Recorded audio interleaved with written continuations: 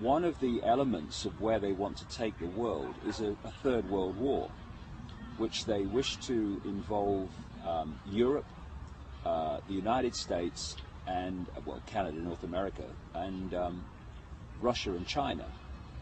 I was told by insiders in the 1990s in America that the plan was to lead to a conflict involving China.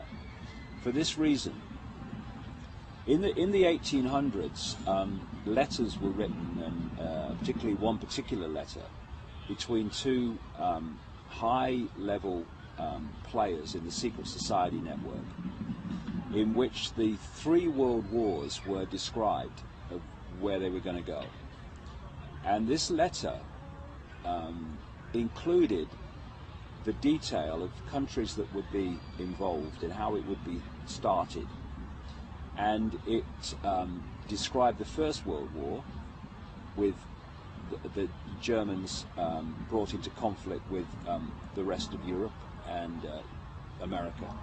It described the Second World War in the same terms and said it would lead to a Jewish state in Israel.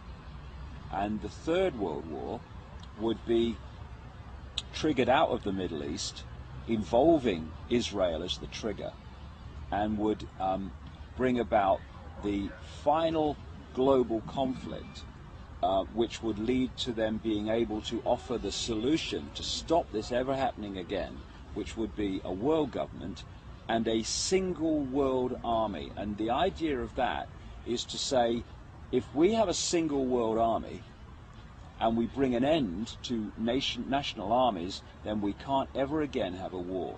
What they won't tell you is those that have manipulated the war will be the same people that offer the solution to the war, which is exactly the structure of control that they want. And I feel very strongly that Georgia, I'm not saying this war's going to happen tomorrow, but Georgia was a move on the chessboard in this direction. And I'll tell you a story that happened to me in England which relates to this. And it seems, quite a minor story until it starts to play out. Last March 2008, I received a letter from a man in England who is what we call there, or called there, a traffic warden. And his job, they walk along the streets in a uniform, and they give out tickets to cars for illegal parking or whatever. Not many people like them for that reason, but they just do that job. And this traffic warden, he'd been a traffic warden for nearly 20 years. He wrote to me because he read my books, and he said, look, there's something I don't understand, and there's something that's really bewildering me. He said, I've been called in by my boss, and like my colleagues, he said, I've been given 3 cards, authorization cards. He said, one of the cards is to give me authorization to be a traffic warden. Okay. But the second card was what they call in Britain a pace card, and that carries the words that policemen have to say by law when they're arresting somebody. And the third card was the authorization of this man and his colleagues, traffic wardens, to go into private property without permission. So this man, who's a nice guy, he said to his boss, why do I need the statement you make to arrest people if you're a policeman, and why do I need an authorization to go into private property? And his boss said, look, I've been told to give them out, take them home, leave them until further notice. A few days later, him and a few other traffic wardens are outside the police station in this county, this town. And a policeman came out that this traffic warden had known a long time, I hadn't seen for a while. And the policeman came over and made the small talk, and then he pulled his friend aside. He said, I want to talk to you. And he said to him 4 or 5 times in this conversation, you must not breathe a word about this. He said, I've got the job, he said, in this county, and there's someone like me in every other county of the United Kingdom, policeman, whose job it is to organize in preparation for a coming war. He said, we're preparing for this war well in advance.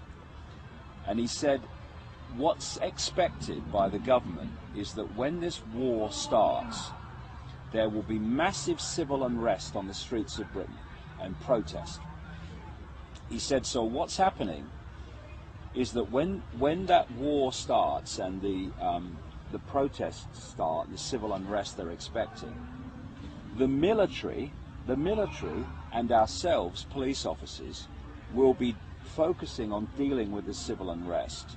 And you, traffic wardens, private security guards and companies, closed-circuit television operators, and all these kind of people will be brought forward to do the jobs that police officers currently do while we're dealing with a civil unrest. Well, he sent me the cards and I saw them to confirm they existed.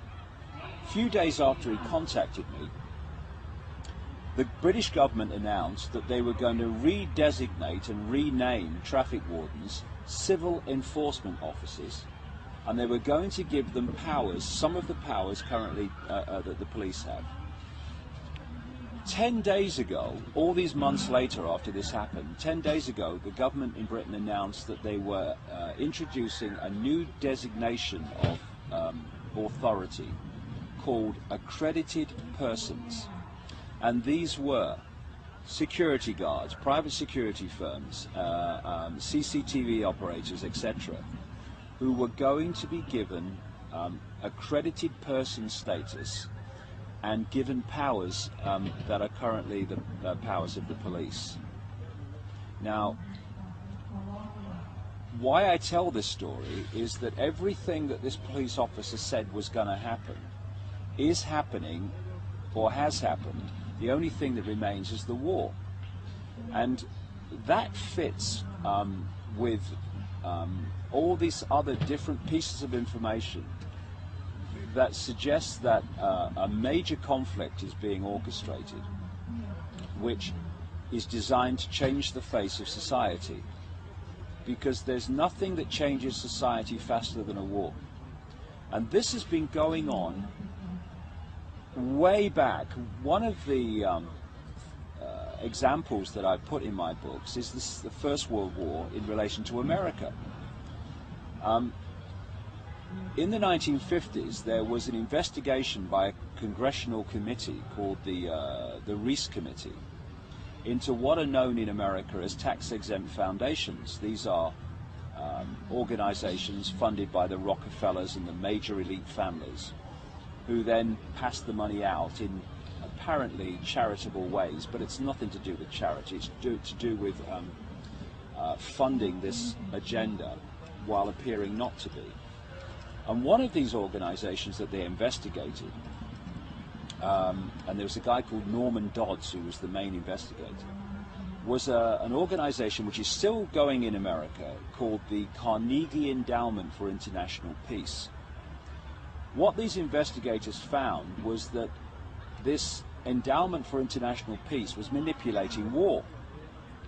And they found minutes of meetings of this organization from the period in the early part of the 20th century in which they were having meetings and discussions and saying, we need to change the face of American society and society in general. What's the most effective way of doing that? Well, it's a war.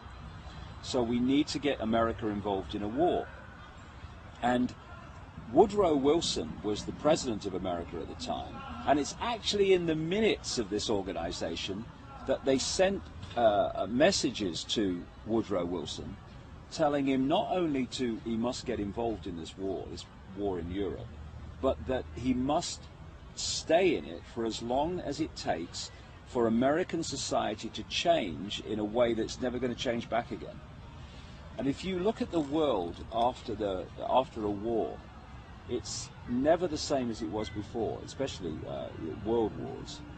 And they want this Third World War to change the face of global society to the point where they can introduce this centralized global structure.